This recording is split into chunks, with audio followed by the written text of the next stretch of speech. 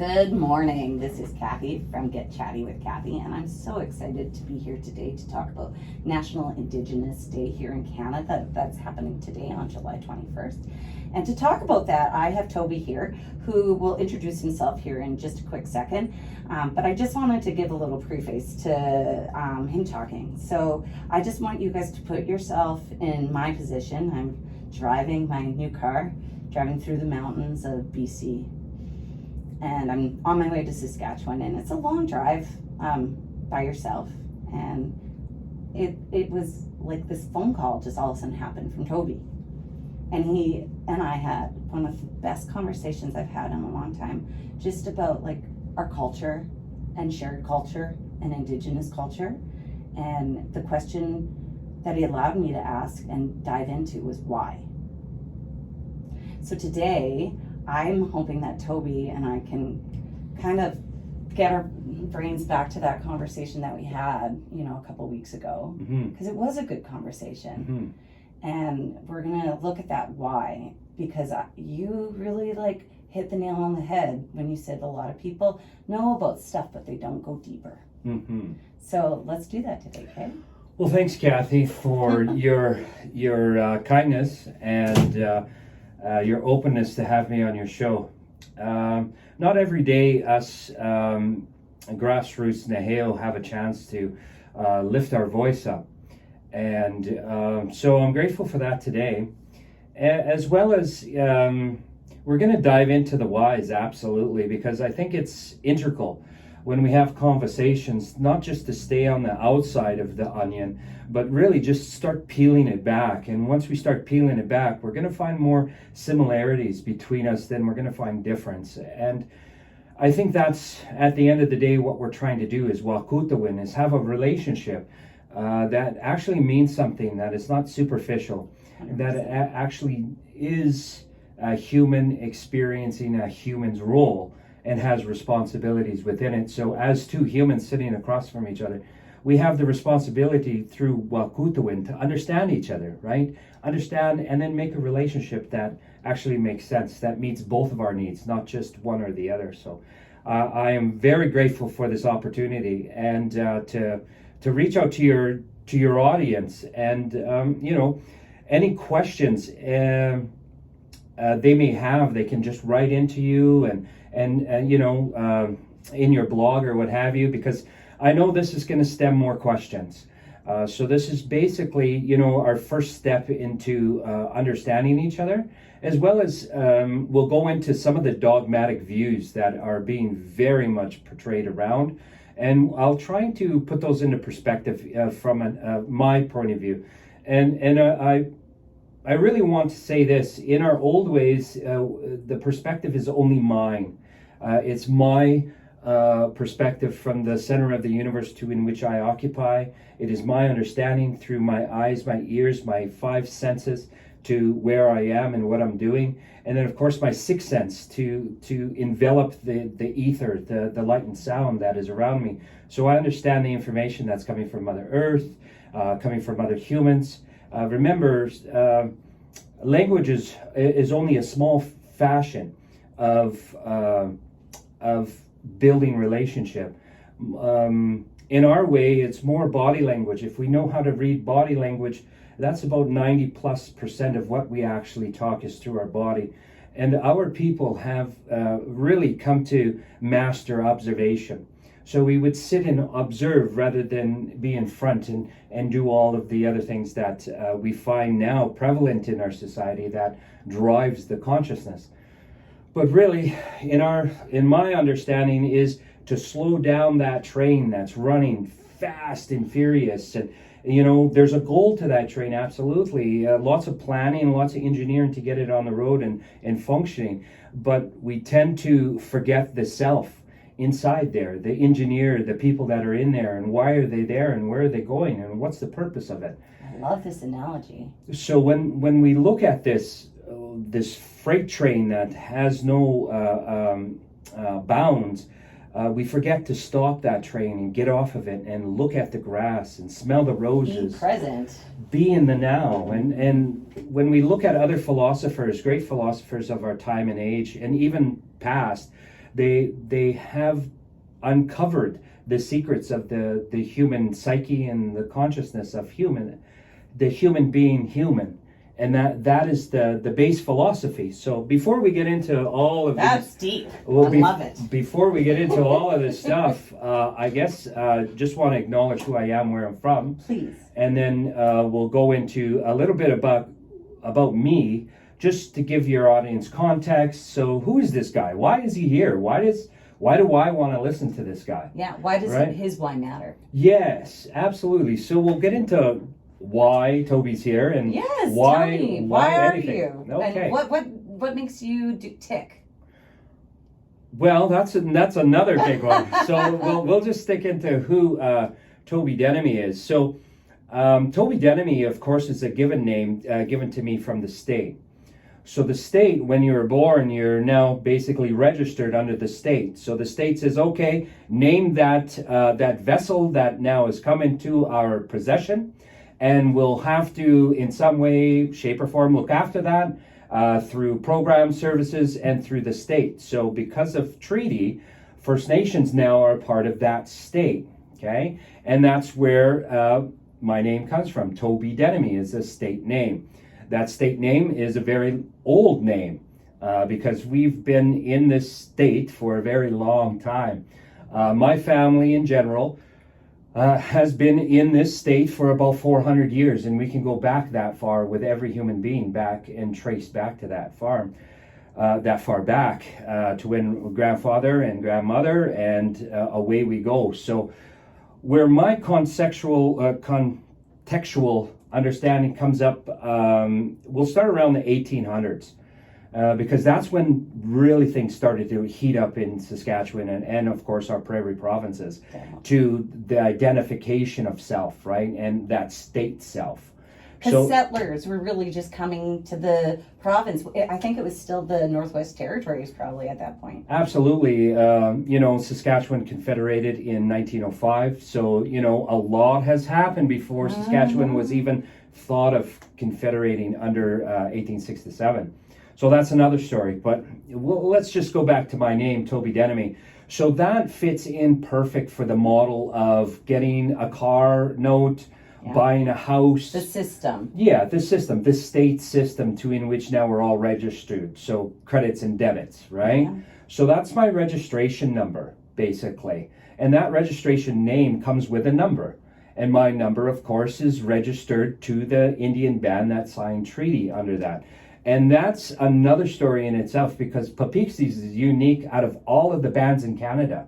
Ours is very unique, only one of us like that. And that's a story in itself. That one is quite the story.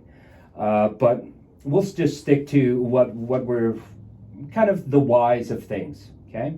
So why Toby Denomie? Well, because under the state regulations, my parents had to name the corporation in which now would have credits and benefits. And this is why my name's in all cap, and that's why now I'm registered. Mm-hmm. I'm a registered human being vessel under the state, okay? And with credits, debits, okay? So therefore I can go out and get a car note, I can do these types of things and live in the system, in which now seamlessly I do. So once we've now established the system is that very much I'm involved with Toby Denomie, and that's how everybody identifies me. But there's now another tertiary layer that is now another layer. So that's the layer of before contact. So before the state came, before everybody came and said, well, you register your children at birth, this is now your benefits that you're going to get, and all of these other things from the state. And remember, we called them the wooden boat people. So when the wooden boat people came, right, they came to the shores, and then they had to set up military posts. And this is what we call post offices, all in Canada. And they're registered posts. And then, of course, there's resident people that live at those posts. And then that's where your address comes from. Mm-hmm. So you're addressing yourself at the post, military post, and this is your registration. The state needs to know the credits and debits, so they need to register you, so that's where the birth certificate comes in, the long birth certificate. You'll find that in In Great Britain, you have a copy of it. The state gives you a nice little shiny copy of it. If you want to know all the terms and references and service contract that you signed, you have to go to the long birth certificate and get it from Great Britain. Okay? So all of you out there, and this is why Saskatchewan, Alberta saying we're sovereign, is because of all of these things coming to unfold now, the sovereignty of the humans. Because that wooden boat came. Yes. Isn't that crazy? Yes, absolutely. So, prior to contact, we had our own way of living. And some kind of understand that now, in the contemporary understanding, but some have lost that through generations of integration, right? And that's understandable. But within the spirituality that we hold as our way of life, there's different laws that we have to abide by, and those are laws for all humanity, all people living on earth, all beings that are light and sound. So we're not segregated at one point. The only segregation is the fourth law, to where you are now grown like a plant indigenously. You see, so every human has a origin, indigenous origin to them, you see, and you're just looking at a person that just happened to have indigenous origin right here in your backyard, right? So flowers, trees, different things are indigenous, and that's why they call us indigenous, because we're a part of that land base. I could call you indigenous as well. You're indigenous to your land base. So wherever your tribe of human percolated up, right, and started their adventure into this Mother Earth land, that you're indigenous to that. And they had natural medicine, they had natural way of looking at things. They are the human. You're no different than me as the Neheo sitting in front of you. It's just that those three other laws have been shucked and pushed aside, and now we only think we only have human law. Right. You see, and now we're all confused, and we think that is the reality of things, but it's not so. So in that concept, I can call you my sister because we're humans, and we were brother and sister, right? And at a point, remember, this is my perspective. So when I do spirit walk, when I go walk with the spirits, there's 4 counterpoints or 4 intersection points that we can get information from. Nowadays, we get information from the computer, right? From quantum computing, quantum physics, quantum mechanics, right? Help us decipher the reality, or what we call the now, right? Data. Yeah. So we had those 5 data points, or 5 senses. You see, you are a biomechanical instrument that runs off of light and sound, and that's basically what you are. Yeah. So understanding that, then that means that you have a capacity that is untapped in some resource, that you have that capacity. So our people were tasked, when you go into the 7 grandfathers and other teachings that I won't go into, but when you do get it deeper into the onion core, the philosophies start coming out to actually who you are, where you come from, what you're supposed to be doing, purpose. And then, of course, ultimately is your responsibility. What kind of responsibilities do you have to these other 4 laws? Do you have responsibilities to light and sound to make sure that you are now pure of your mind, spirit, body? Do you have responsibilities to Mother Earth to make sure that she now survives, so she may give you what you need, sustenance and a way of life that is conducive for the children that are unborn? And then, of course, now humanity, are you responsible as a woman to make sure that those children that come have some way to understand who they are, where they come from, and to connect with it so they don't feel lonely or lost, right? So, and then, of course, the last one is now the humans that make their laws site specifically to where they are from, and then now put those into context to the other 3.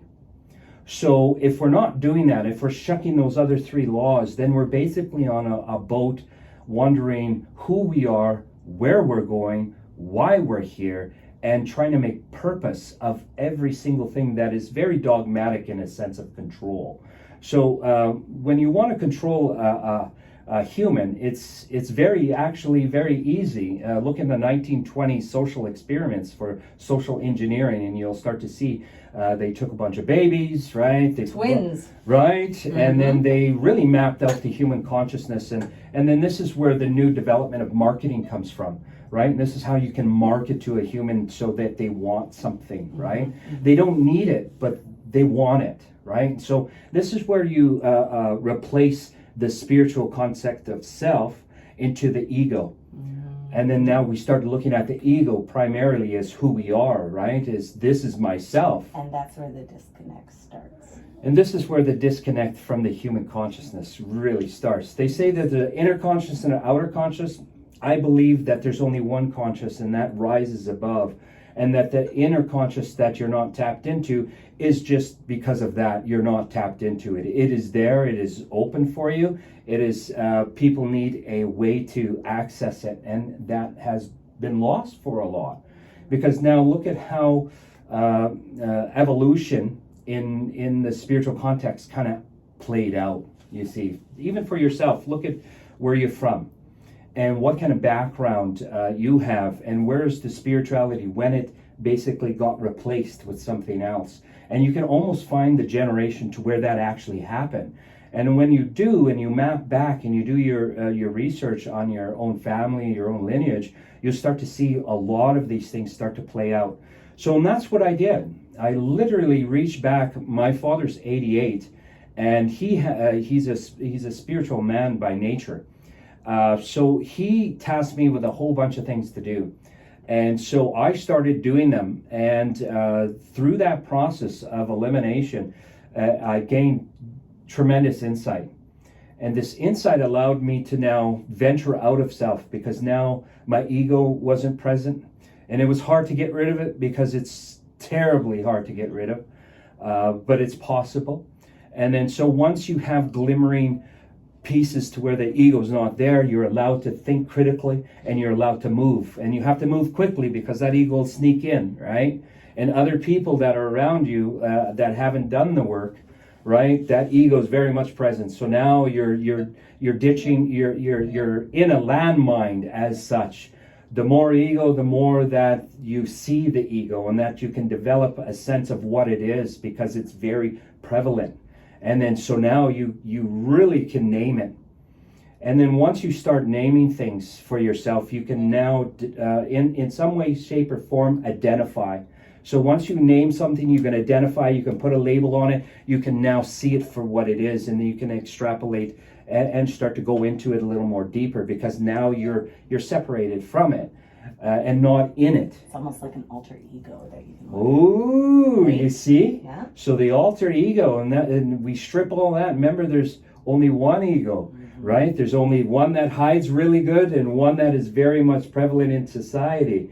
They're the same and exact one. And I find if they aren't aligned, it kills me when I'm like not being authentic to that. Like my intuition pushes me to be a certain way, and if I ignore it, it tells me I get like anxiety, I can't sleep, I dream about stuff that I should do differently. It's crazy. No, it is the humanness of being human. You see, if you're not your authentic self, and you let someone else authenticate you, you let something else, like an organization, government, or what have you, tell you who you are, you let even spiritualists. Okay, and this is another thing that is really coming to forefront in our communities, is spirituality. It's coming back. We need it almost. We do, in a sense. It sounds to me though, like while you're talking about the origin of your family and your name, and what I'm hearing you tell me is there's these roots that we have to be aware of, and like not forget about. But now that we're all the way up here, how did you evolve, like your family, to get to a spot where you're able to look at your ego like this? You know, like that's like a lot of wow, like in 200 years to go from not even knowing what an ego is to developing where we have all these wants and needs that we don't necessarily even need, to then be like, I can look at it and I'm not going to actually work on that, because that's not healthy. For sure. So it's a lot of work. I'll tell you that. It's a lot of inner work. And if we don't start that inner work to find out who we are, then we're really spinning our wheels in a bunch of mud, and we're stuck. Yes. And that's a lot of people are just stuck in general. And when you get stuck or stagnant like water, it dies. You see? And that's just the way nature is. And that's the second rule of law, right? If you stay stagnant and if you keep projecting the same dogmatic views and the same thing that happened, well, just look at what's happening now. You see, everything is cyclical. So it's coming back again and again and again. If we don't figure out how to get out of the mud, proverbially in our mind, then you're always going to stay there. So it is the human that has to reflect on self. So there's not a guru that can come up and say, you know what, here's the answer to life, here's what you got to do, all you got to do is do it. And then you're like, oh yeah, that seems hard, but it's so hard. I can't even do that. I can't do it because it's so hard, right? Because you didn't train your mind, you didn't train your body, you didn't train the process into you. It's just like anything. It starts from one baby step, and this is a teaching that I learned by observing nature. All of my teachings come from nature. Every single one of them do. So everything that I talk to you about is from our second law of nature, okay? Everything. I reflect it back through humans to see how humans feel about it, because to see how far detached they are from mother. You see, and that's how I map it. So the truths, the nature will tell you the truth, okay? It's up to you to understand it. Most people don't understand it, so they just believe it. You see, there's a difference from knowing and believing. The why. That's exactly it. Because if you don't know why, then you'll believe anything, right? So we're 20 minutes in, and we got to get to the why of why do we have National Indigenous Peoples Day of Canada. Yes, so I think that is construction for reconciliation. So at some point, the state said, we have done something here that we cannot go back on. We just literally, we can't. And if we keep on stuck in the mud. Our system is not conducive to the human consciousness, to how we build society. So they're like, now what are we going to do with the First Nations because of all the traumatic things that happened from the Indian Act? Remember, the Indian Act is an act in which makes up the Indian. It is who we are, what we're allowed to do, why we're allowed to do it. Everything is Indian Act, okay? So because the government at a certain point said, we need representation on your side, okay, on the other side of the aisle, we need some representation over there, okay? And right now, you guys don't have any, okay? You have too many because we're cyclical. That means we didn't have just one chief, like a patriarch system, one person on top, right, everybody on the bottom. No, we had a cyclical pattern to everybody had a responsibility and everybody had a voice. So it's hard for the Crown to say, geez, everybody's opinion's valid here. That's not how we work government. So it's only my opinion. It's only me. It's only who? One person. So what they did is they grabbed all the Indians and said, no, only one person now speaks for everyone. Not everybody, no, just one. So pick only one person. So what they did is they looked at our systems and said, okay, within our systems, there is always the Ogamal, the lead speaker that speaks for the families. So now all of a sudden, they're held up. You see, now because you're fitting a different system into a different system. Well, we're fitting a circle into a square. Yeah. Literally. Well, a circle into a triangle. You see. I get it. You see? That triangle, okay, is top down. It's a patriarch system. Yes. We're 180 degrees different from it in our philosophy, in self, in general. Yeah. So that means we don't abide by any of that. Nothing. So because of that, the state said, well, we got to have somebody to talk to. So they created the Indian Act. The Indian Act created the Chief and Council system. The Chief and Council system are representatives of the state to now talk to the actual Indians that are behind them. And they turned that Indian Act system, the Chief and Council system, and lifted the Chief and Council system up. And then the chief and council system needed organizations and operations that now made sense. So now you get tribal councils. Okay, tribal councils are a representation of the state for goods and services to render to First Nations. They were supposed to replace the Department of Indian Affairs, our tribal councils, but they didn't, because the tribal councils didn't, a lot of them, reciprocity in between. Now they're partners. You see, now they're partners, and then we give them the Ogama bonnets, and then we tell them they're leaders, so they actually think that. And then it gets very convoluted, that system, you see. But us Indians are still watching the system now go by, you see. Is there a way to get back to that like old system? Is that ever something that people we still practice it, we still adhere to it, we still have the group conversation is key. Well, that conversation gets shut down constantly from us, because when we speak the truth in certain areas, in certain audiences, is not lifted up. It is but suppressed again. So this is that suppression. You see, that's 3 tiers. The state, the crown, the representative, the state representative, which we call chief of council system. Okay? And then there's the people. Yes. Right? And we call ourselves the people, the human people. And in our culture, in every language, that's how we just describe ourselves, as the human people, you see.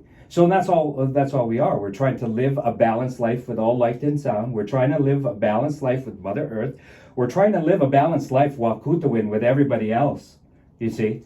And then because of the state within that Indian Act depicts who we are, we get this monetary system that now replaces values, replaces... it puts different values on things that never even had a value, probably. Absolutely. And now we get into that social engineering that I talked about. And the ego. Yes, you see. So on that note, you know what? We're getting close to our end of this session, because I know this is such an interesting topic, and we all...